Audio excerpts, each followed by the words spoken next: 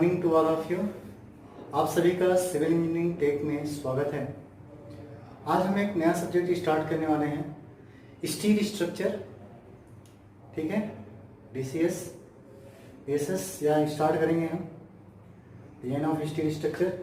ठीक है, तो हम मिड में अगर थे उस टाइम पे जब हम स्टार्ट किए थे, मतलब कि हम लोगों ने जब सेमेस्टर स्टार्ट हुआ था तो उस समय हम लोगों ने स्टील स्टार्ट हुआ होगा, तो मिड में हम लोग पहुँच गए। तो हम यहाँ से जो स्टार्ट करेंगे, हम पहले कंप्रेशन मेंबर से स्टार्ट करने वाले हैं, फिर उसके बाद फर्दर हम उसको आगे बढ़ेंगे, फिर इसके बाद हम फिर स्टार्टिंग से बढ़ेंगे आगे चल के। ठीक है, तो कंप्रेशन मेंबर हमने यहाँ पे स्टार्ट करने वाले होते हैं। क्या है कंप्रेशन मेंबर, आइए देखते हैं। जहाँ तक स्टील की बात है तो स्टील कोड और स्टील टेबल हम यूज करेंगे यहाँ पे डिजाइन के लिए, और कुछ जो फॉर्मूलेज होते हैं, जो कुछ थ्योरीज हैं, वो हमारे कोड में दे रखा है। कोड कौन सा है, सिंपल सी बात है, हम जो स्टील स्ट्रक्चर का जो कोड पढ़ते हैं वो है हमारे पास IS 800 2007। ठीक है, IS कोड कितना है, 800 2007। यहाँ पे लिख लीजिए स्टील स्ट्रक्चर।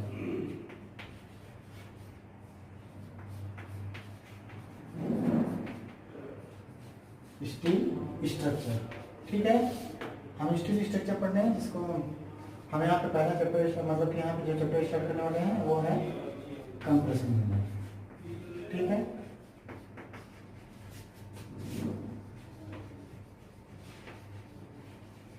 ठीक, चलिए IS कोड हम कौन सा यूज करेंगे, IS कोड इधर कॉर्नर पे हम लिख देते हैं IS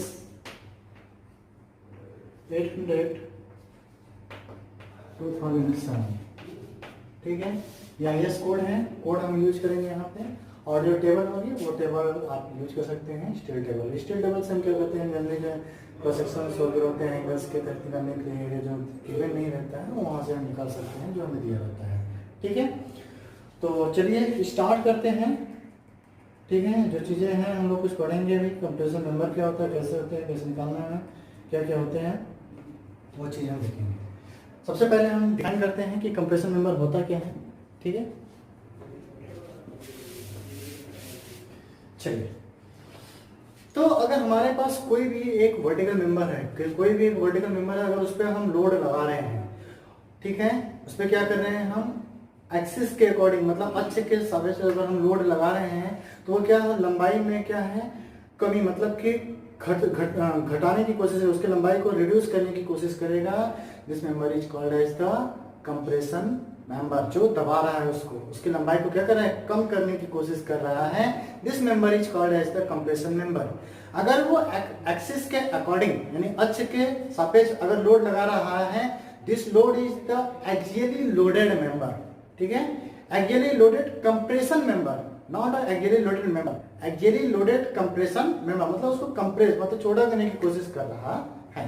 ठीक है, this member is called as the compression member. तो पहले डेफिनेशन डिस्प्ले होगी आपकी स्क्रीन पे अभी थोड़ी देर में कंप्रेशन मेंबर की, कि कंप्रेशन मेंबर एक्चुअल में होता क्या है।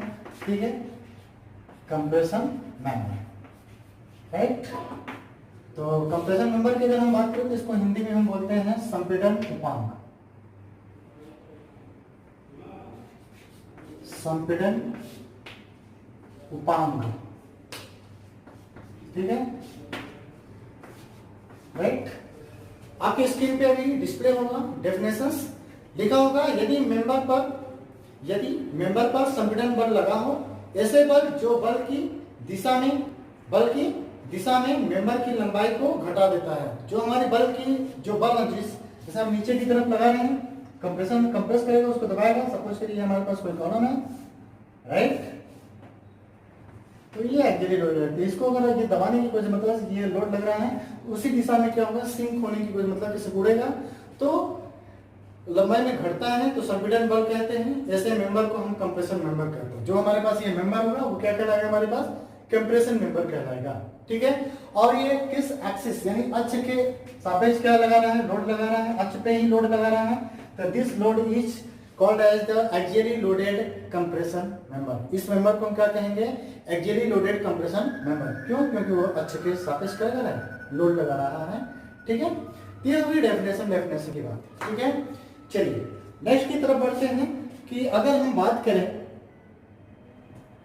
कि यहां से आ जाए नेक्स्ट कि जो कंप्रेशन मेंबर होता है वो बेसिकली अगर हम देखें तो दो मेंबरों में हम तोड़ देते हैं। एक होता है कॉलम में, ठीक है, और दूसरा हो जाएगा हमारे पास स्ट्रट में।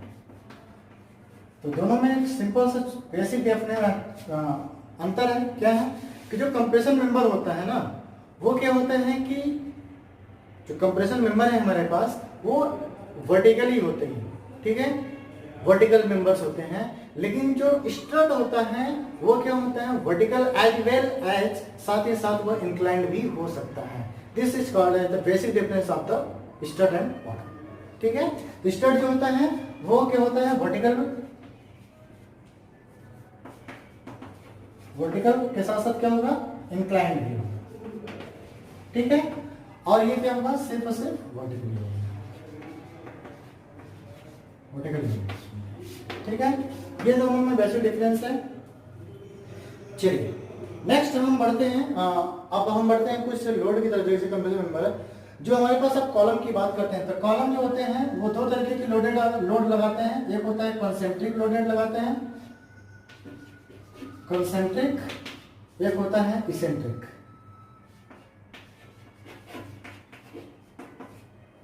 ठीक है, कंसेंट्रिक का मतलब होता है जैसे हमारे पास कोई भी मेंबर है, ठीक है, तो इस पे जो हमारे पास लाइन ऑफ एक्शन है, जो हमारे पास ये सीधी से होके जा रहा है, जो ये जो अक्ष है हमारे पास एक्सिस है, अगर उस एक्सिस के सापेक्ष लगता है, मतलब एक्सिस पे ही लगता है अगर load, this is called as the concentric column. अगर इसेंट्रिक कॉलम की बात करें तो अगर ये हमारे पास कोई भी मेंबर है, कॉलम है, तो अगर ये हमारे पास एक्सिस है, अक्ष है, ठीक है, ये हमारे पास क्या है, अक्ष है, तो इससे अगर हम कहें कि लोड जो है कुछ दूरी पे, अक्ष से कुछ दूरी पे हट कर, सपोज करिए ई पे, इसकी दूरी क्या है, ई है, तो इस तरीके के जो लोड लगते हैं इसको हम कहते हैं कंसेंट्रिक कॉलम। जो हमारे पास कॉलम है क्या है, ये इसेंट्रिक लोडेड, ये है इसेंट्रिक लोडेड कॉलम, इसे बोलते हैं कंसेंट्रिक लोडेड कॉलम, जो एक्सिस के सापेक्ष होता है, ठीक है। चलिए इसको अगर हम हिंदी में जानना चाहें तो हो सकता है भाई स्तंभ होगा, इसको हम बोलते हैं, और इसको हम बोलते हैं संपीड़न, ठीक है, राइट। चलिए रब करते हैं, आगे हम बढ़ेंगे व्याकुंचन प्रक्रिया की तरफ, व्याकुंचन मतलब बकलिंग की तरफ।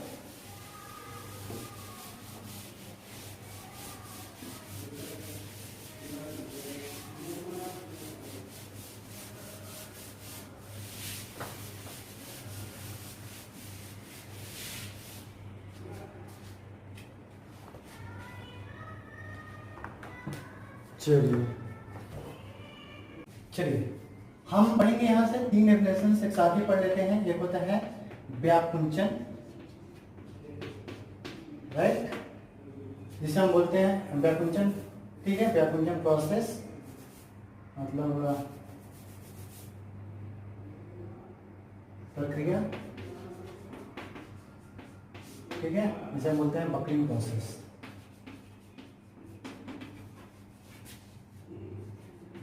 बकलिंग प्रोसेस, ठीक है।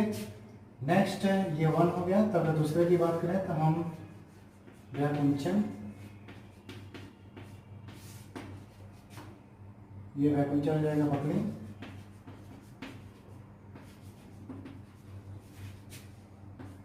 ठीक है। नेक्स्ट अगर हम बात करें तो हो जाएगा व्याकुंचन भाग,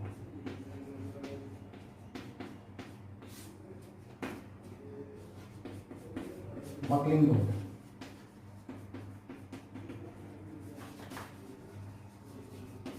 ठीक है, बकलिंग लोड। तो अगर हम तीनों को एक बात समझें, सपोज दैट अगर हमारे पास कोई भी अगर कॉलम है, अगर हम उस पर धीरे धीरे ग्रेजुअली क्या करें, लोड को बढ़ाते जाएं बढ़ाते जाएं बढ़ाते जाएं। सपोज दैट ये हमारे पास कोई कॉलम है, ठीक है, ये एक्सियली लोडेड है कॉलम, ठीक है, एक्सियली लोडेड कॉलम है। तो अगर हम इसको लोड को सपोज करिए, पहले हमने क्या किया, लोड को बढ़ाया 1 किलो न्यूटन, फिर 2 किलो न्यूटन, फिर 5 किलो न्यूटन किया, फिर 7 किलो न्यूटन किया, फिर 8 किलो, मतलब बढ़ाते गए। तो बढ़ाते गए तो एक समय ऐसा आ गया कि ये बकल होने की कोशिश करेगा, क्या करेगा, मतलब बेंड होना शुरू हो जाएगा। तो जब बेंड होना शुरू हो जाएगा, जिस भार पे मतलब जिस लोड पे ये बेंड होना शुरू हो जाएगा उसको हम कहते हैं बकलिंग लोड। क्या कहते हैं, उस लोड को हम कहेंगे बकलिंग लोड। और जो मेंबर में जैसे बकल हो जाएगा तो दिस प्रोसेस, जो प्रोसेस है उस प्रोसेस को हम कहते हैं बकलिंग प्रोसेस। जो हमारे ये जो पूरा प्रोसेस करने के लिए हम जो कर रहे हैं, धीरे धीरे हम लोड को बढ़ा रहे हैं, तो जो प्रोसेस होगा उस पूरे होल प्रोसेस को हम कहते हैं बकलिंग प्रोसेस। और इसमें जो बेंड होगा, जो मेंबर जैसे बेंड हो गया तो उसको हम जो बकल होता है, जितनी दूर में बकल होगा, this is the called as the buckle, वो बकल हो गया मेंबर। ठीक है, तो बेंडिंग आ गई। तो तीनों की डेफिनेशंस, इसको तो समझ ही सकते हैं कि जो हमने एक हमारे पास कॉलम है, अगर उसमें हम लोड बढ़ाना ग्रेजुअली धीरे धीरे उसके लोड में क्या कर रहे हैं, वृद्धि करते जा रहे हैं, तो एक समय ऐसा आएगा जिस समय कि वो क्या करेगा, बकल हो जाएगा। तो जिस लोड पे वो बकल हुआ वो बकलिंग लोड हो गया। जो पूरा हमने प्रोसेस किया वो बकलिंग प्रोसेस हो गया। जो मेंबर जितनी दूर से वो बकल हुआ उसको हम बेंडिंग, तो बकलिंग कहेंगे। ठीक है, तो चलिए बकलिंग का आपको जो डेफिनेशंस हैं वो आपके स्क्रीन पे डिस्प्ले होगा। पहले व्याकुंचन की, फिर उसके बाद व्याकुंचन भाग। ठीक है,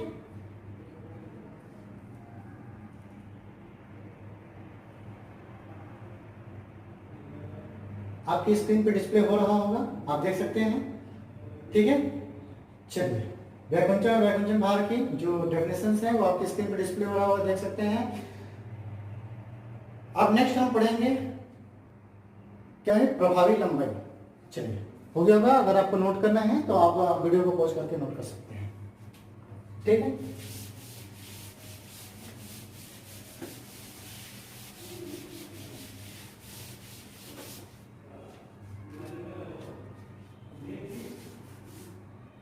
चलिए प्रभावी लंबाई।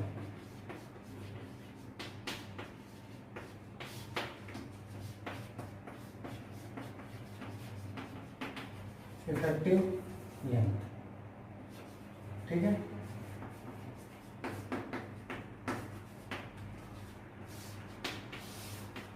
देखिए अगर हमारे पास कोई भी मेंबर है, सपोज ये मेंबर है हमारे पास,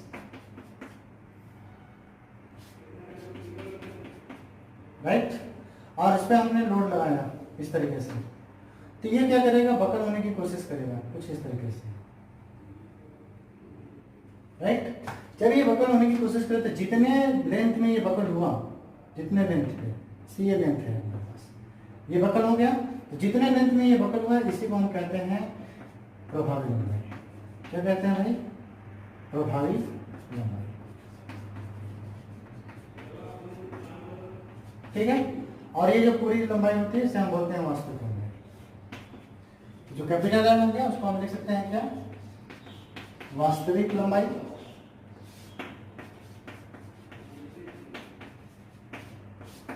ठीक, और जो एल है उसको हम बोलते हैं प्रभावी लंबाई।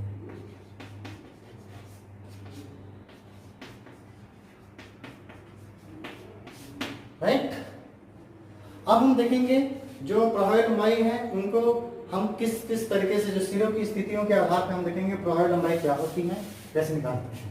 ठीक है, चलिए प्रभावी लंबाई समझ गए होंगे आप। नेक्स्ट हेडिंग बढ़ते हैं, सिरों की स्थितियों के आधार पर प्रभावी लंबाई हम कैसे निकालते हैं।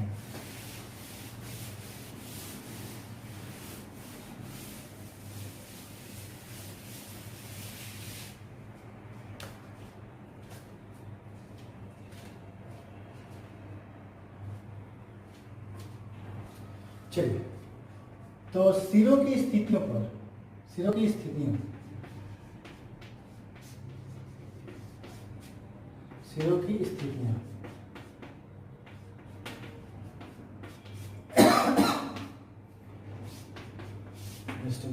काम करिएगा।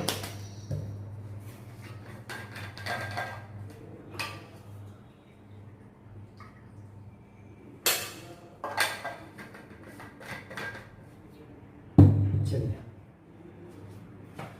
अगर हम बात करें तो हमारे पास तीन तरीके के सपोर्ट्स हो सकते हैं। कौन कौन से? पहला हो सकता है मुक्त सिरा। कौन कौन से सिरे हो सकते हैं? एक हो सकता है मुक्त सिरा, ठीक है, जिसे हम बोलते हैं फ्रिंज। ठीक, दूसरा है हमारे पास आबद्ध सिरा, जिसको हम बोलते हैं फिक्स्ड एंड। फिक्स्ड एंड, ठीक है। जो हमारे पास तीसरा है वो है कब्जेदार।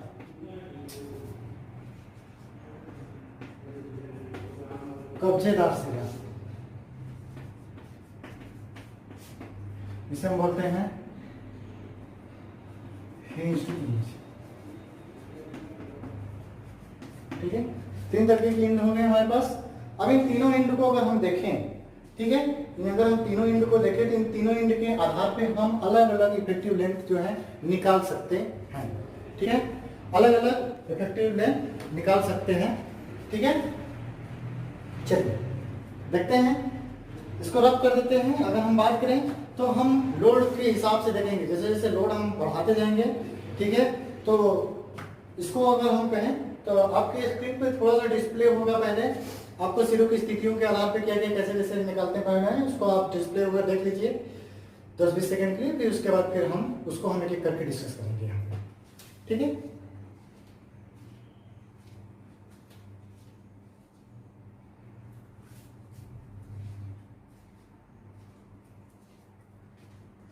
चलिए हो गया होगा। अगर देखना है तो आपको वीडियो को पॉज करके देख सकते हैं। ठीक है, चलिए हम रफ करते हैं। अब आप स्टील कोड में जाएंगे, जब स्टील कोड में टेबल नंबर 11 पे जाएंगे तब वहां पे आपको दिया हुआ है। ठीक है, आप वहां पे जब जाएंगे तो आपको मिलेगा, लिखा हुआ मिलेगा कि effective length of the prismatic, ठीक है, compression member. Effective length of the prismatic compression member क्या होता है, प्रिज्मेटिक क्या होता है, कलम का प्रिज्मेटिक, उसको हम बाद में बताएंगे, पहले टेबल देख लेते हैं। टेबल में आपको दिया हुआ है तो उसमें आपको दिया होगा, पहला जो दिया होगा कॉलम दिया होगा वो दिया होगा कि बाउंड्री कंडीशंस क्या है हमारे पास, क्या है, बाउंड्री कंडीशन। ठीक है, बाउंड्री कंडीशन। ठीक है, जो बाउंड्री कंडीशंस हैं अगर हम कहें तो बाउंड्री कंडीशंस के अकॉर्डिंग हमें दो तरीके के दिए हैं। एक तो इंड फर्स्ट है, ठीक है, पहला इंड, और दूसरा दिया एट वन इंड फिर other end. At one end मतलब एक सिरा फिर दूसरे सिरे पे भी बात करेगा, एट अदर इंड। ठीक है, वहां पे दिया है। अब अगर इसको हम कहें तो दो तरीके से ये हो सकते हैं, एक सिरा या तो घूम सकता है या तो अपने स्थान को चेंज कर सकता है। तो चेंज वाले को हम कहते हैं ट्रांसलेशन। क्या कहते हैं हमें, ट्रांसलेशन। ठीक, और इसको कहते हैं रोटेशन, एक को। ठीक, ये भी हो सकता है, इसको हम ट्रांसलेशन टी कर लेते हैं, रोटेशन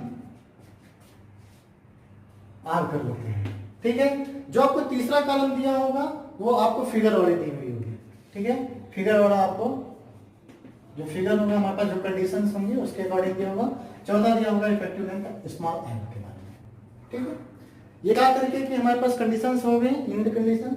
देखिए पहला जो फिगर होगा आपको दिया होगा कि अगर हमारे पास सपोज दैट कि ये है हमारे पास एक सिरा जो है फिक्स्ड है, हम इसको 1 मान लेते हैं और इसको 2 मान लेते हैं सिरे को। ठीक है, तो ये है हमारे पास कुछ इस तरीके से। ये देखिए क्या है, जो फ्री वाला सिरा है कुछ इस तरीके से, अगर हम यहाँ पे लोड लगा है तो ये इस तरीके से अपने स्थान को चेंज कर सकता है और रोटेट भी कर सकता है। तो अगर हम सिर्फ पहले की बात करें, जो पहला सिरा है अगर हम कहें तो वो अपने स्थान को छोड़ भी नहीं सकता, मतलब एक जगह से दूसरे स्थान पे मूव भी नहीं कर सकता है और ना ही रोटेट कर सकता है। तो हम कहेंगे ट्रांसलेशन मोशन नॉट अलाउड और रोटेशन भी नॉट अलाउड। लेकिन इसमें क्या होगा, ट्रांसलेशन मोशन अलाउड और रोटेशन मोशन भी अलाउड होगा। ठीक है, और यहाँ पे जो एन होगा वो कितना हो जाएगा, 2n। ठीक है, क्या हो जाएगा, 2l हो जाएगा। ठीक है, अब अगर हम यहां की बात करें दूसरे फिगर की, तो ये अगर हमारे पास हिंज है, ठीक है, और दूसरा क्या है हमारे पास कुछ इस तरीके से रोलर लगा हुआ यहां पे। ठीक है, तो ये अपने स्थान को क्या कर सकता है, चेंज कर सकता है। ये अपने स्थान को क्या कर सकता है, चेंज कर सकता है। ठीक है, इस तरीके से, राइट। अगर हम पहले इंड की बात करते हैं तो पहले इंड में जो होगा वो क्या होगा, अगर जो पहला इंड है वो क्या होगा, ये मूव कर सकता है क्या, ऑफ कोर्स। यहाँ पे translation motion is allowed, rotation motion is not allowed, ठीक है, rotation motion is not allowed, नहीं जस्ट उल्टा हो गया। इसमें जो ट्रांसलेशन मोशन नॉट अलाउड होगा, लेकिन रोटेशन मोशन क्या होगा, अलाउड होगा। और इसमें जो होगा, इसमें रोटेशन मोशन अलाउड और ट्रांसलेशन मोशन भी अलाउड होगा क्या, नहीं, सिर्फ और सिर्फ ट्रांसलेशन मोशन अलाउड होगा, लेकिन रोटेशन मोशन नॉट अलाउड होगा, ठीक है। तो इसको भी हम कहेंगे, इसकी जो वैल्यू होती है वो होती है 2.0 L होती है, ठीक है। चलिए नेक्स्ट फिगर नंबर 3 की तरफ बढ़ते हैं, इन दोनों को रफ कर देते हैं।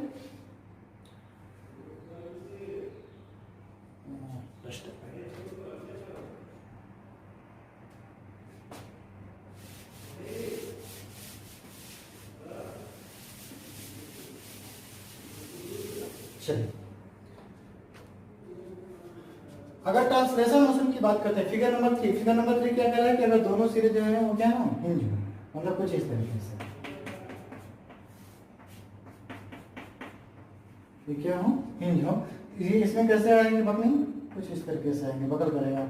अब देखिए अपने स्थान पे रोटेट कर तो कर रहे हैं, लेकिन क्या अपने स्थान को चेंज कर रहे हैं क्या, नहीं, दोनों हिंज क्या कर रहे हैं, सिर्फ और सिर्फ रोटेट कर रहे हैं। यानी ये रोटेशन के लिए क्या होंगे, दोनों क्या होंगे, फ्री होंगे, लेकिन ट्रांसलेशन के लिए फ्री नहीं होंगे। तो इस कंडीशंस में जो होती हैं, जो कैपिटल जो स्मॉल एल होता है वो कैपिटल एल के बराबर, क्या होता है, कैपिटल एल के बराबर होता है, ठीक है। नेक्स्ट आता है कि अगर एक सिरा फिक्स है सपोज, ठीक है, दूसरे सिरे पर हमारे पास एक रोलर वाला, जो हमने अभी बताया था कि कुछ इस तरीके से रोलर वाला जो सपोर्ट है कुछ इस तरीके से हो, तो यहाँ पे क्या होगा कि इस तरीके की जो होती है वहां से ये अपने स्थान को चेंज कर सकता है। तो यहाँ पे जब चेंज कर सकता है तो रोलर यहाँ पे भी आ सकता है।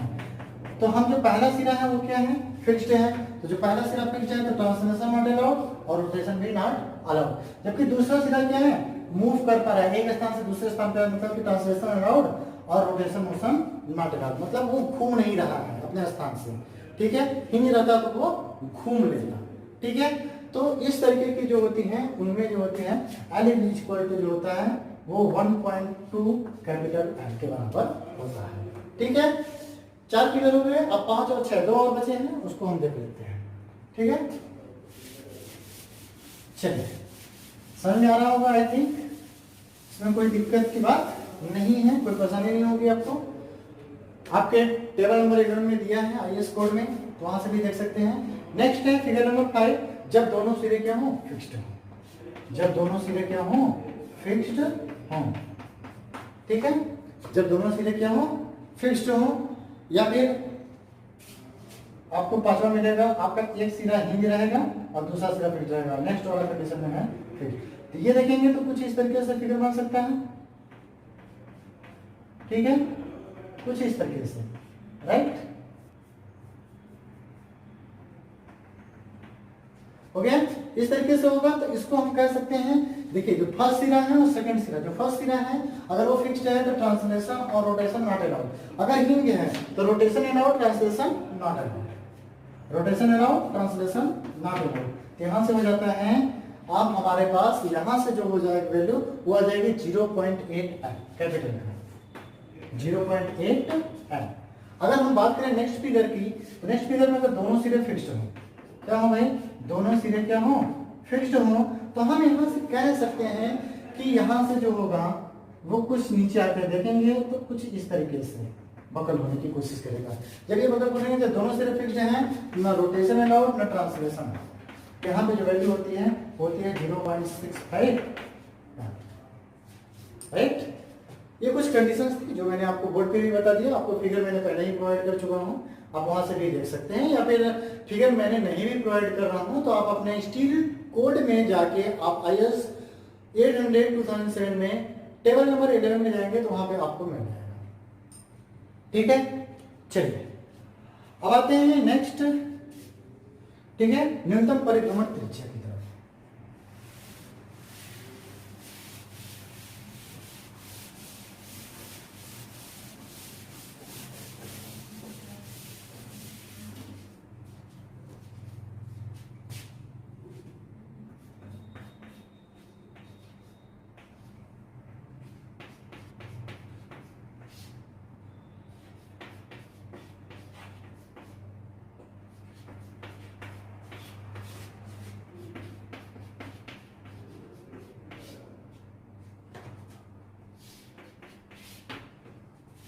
ठीक है, मिनिमम रेडियस ऑफ जेरेसन।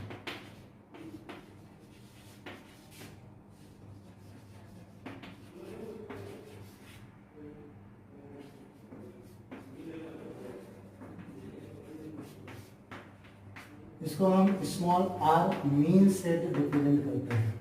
ठीक है, इसको स्मॉल आर मीन से रिप्रेजेंट करते हैं।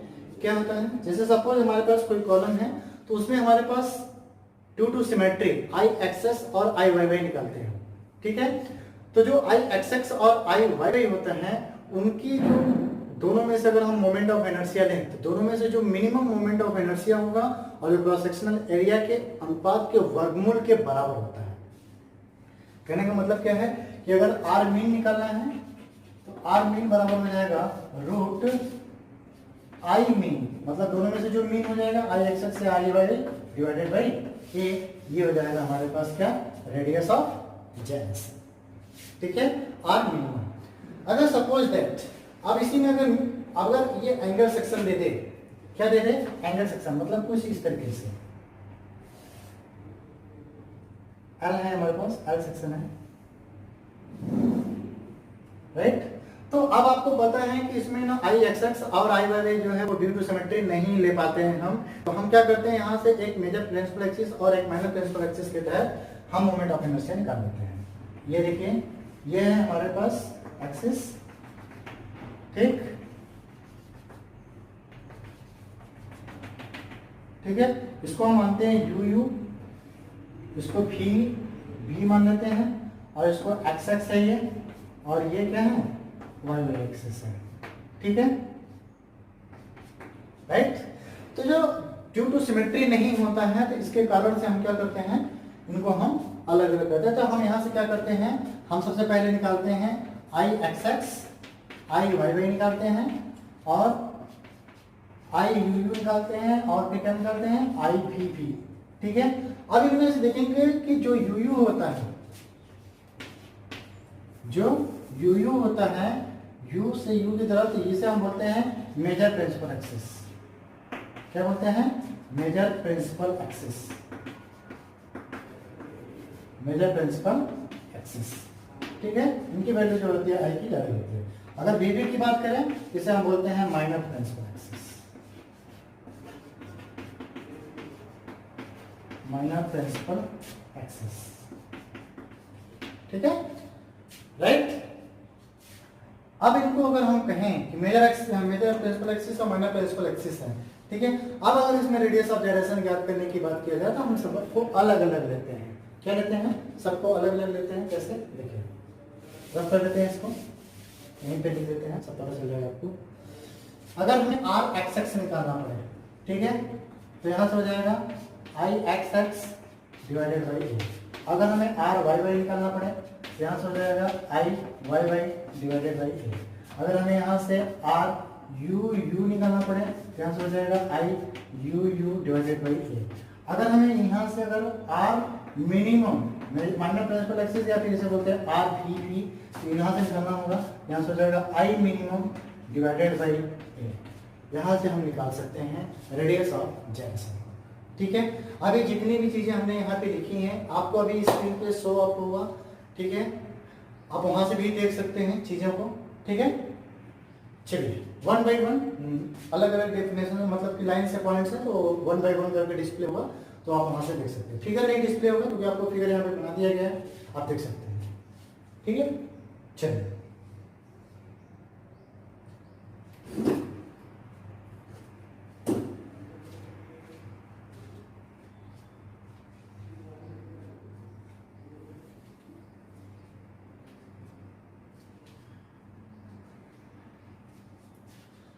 चलिए नो आई थिंक रेडी कर लिए होंगे। चलिए अब नेक्स्ट रीडिंग की तरफ बढ़ते हैं। ठीक है, सिलेंडरनेस रेशियो रफ कर दें।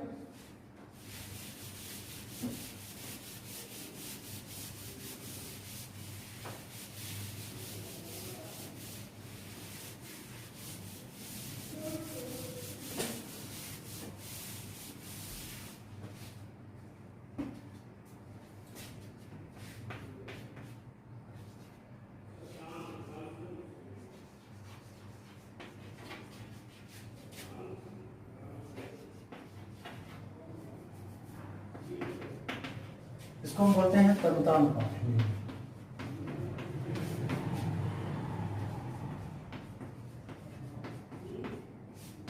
ठीक है,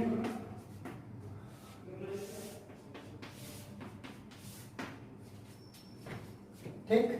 क्या होते हैं तरुता अनुपात? इसको हम लैम्डा से डिनोट करते हैं, और ये होता है हमारे पास कुछ नहीं, सिर्फ और सिर्फ आता है रिएक्टिव लेंथ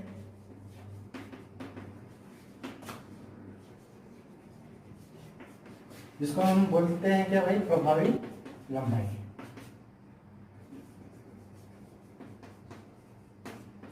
ठीक है, divided by minimum radius of generation, R minimum, जो आप पीछे बढ़ के आए हैं। ठीक है, इन दोनों के अनुपात जो होते हैं इनको हम कहते हैं क्या? Slenderness ratio. जो सिलेंडरनेस रेशियो होता है, ये जो इफेक्टिव लेंथ जो एल होता है, आप अभी अभी इंड कंडीशन मतलब जीरो की स्थितियों के आधार पर पढ़ के आए हैं अभी भी, तो वहां से निकाल सकते हैं। ठीक है, चलिए अगर हम बात करें कि सिलेंडरनेस रेशियो जो होता है, अगर सपोज करिए हमारे पास कोई भी कॉलम है, ठीक है, अगर कोई कॉलम है अगर हमें, तो हम कहें कि जिस एक्सिस के सापेक्ष जिस जो लोड लग रहा है, अगर उस पे स्ट्रेंथ, अगर कॉलम की स्ट्रेंथ सपोज जैसे ये हमारे पास कॉलम है, अगर यहाँ पे एक लोड लग रहा है इस एक्सिस के, और ये एक्सिस है हमारे पास, दो एक्सिस है, अगर इस एक्सिस के अकॉर्डिंग जो है अगर लोड लग रहा है और इस पे स्ट्रेंथ क्या है? सबसे कम है, तो हम कह सकते हैं कि इस एक्सिस यानी इस अक्ष के सापेक्ष यानी इस अक्ष के परितः जो होगा तन्यता अनुपात यानी सिलेंडरनेस रेशियो क्या होगी? अधिकतम होगी। क्या होगी? अधिकतम होगी। अगर हम कहें कि जिस अक्ष के सापेक्ष मतलब जब कॉलम की स्ट्रेंथ जो है अगर न्यूनतम है, तो उसी अक्ष के परितः हम कह सकते हैं कि जो ये परिभ्रमण त्रिज्या होगी वो भी क्या होगी? न्यूनतम होगी। ठीक है, यहां से ये दो लाइन है जो आप नोट कर सकते हैं, अभी आपकी स्क्रीन पे डिस्प्ले हो जाएगा। ठीक है, आप वहां से भी नोट कर सकते हैं। ठीक है, चलिए डिस्प्ले हो रहा होगा, 2 पॉइंट है, 1 बाई 1 करके डिस्प्ले होगा। ठीक है, वेट करिएगा।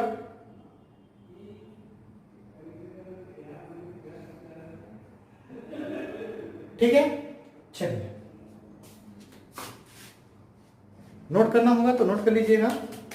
आज के लिए ही इस वीडियो में इतना ही रखते हैं, और नेक्स्ट वीडियो में जब आएंगे तब फिर हम लोग डिजाइन की तरफ बढ़ेंगे, और जो भी अगर छोटी छोटी चीजें अगर छूट गई होंगी तो उनको भी हम उसमें ऐड ऑन कर लेंगे। ठीक है, चलिए आज के लिए इतना ही रखते हैं। अगर वीडियो अच्छा लगा हो तो ज्यादा से ज्यादा लाइक कर दीजिएगा, शेयर कर दीजिएगा, जिससे आप लोगों को भी पता चले कि हमें भी स्टडी स्टार्ट हो गया, जहाँ पे हम कंपटीशन मेंबर स्टार्ट किए हैं। ठीक है, और अगर चैनल पे नए हो तो सब्सक्राइब करना ना भूलें, सब्सक्राइब कर ले, बेल आइकन जरूर दबा लीजिएगा, जिससे कि आपको नोटिफिकेशन वीडियो का समय समय पे मिलता रहेगा। चलिए bye bye, thank you to watching me, जय हिंद, जय भारत।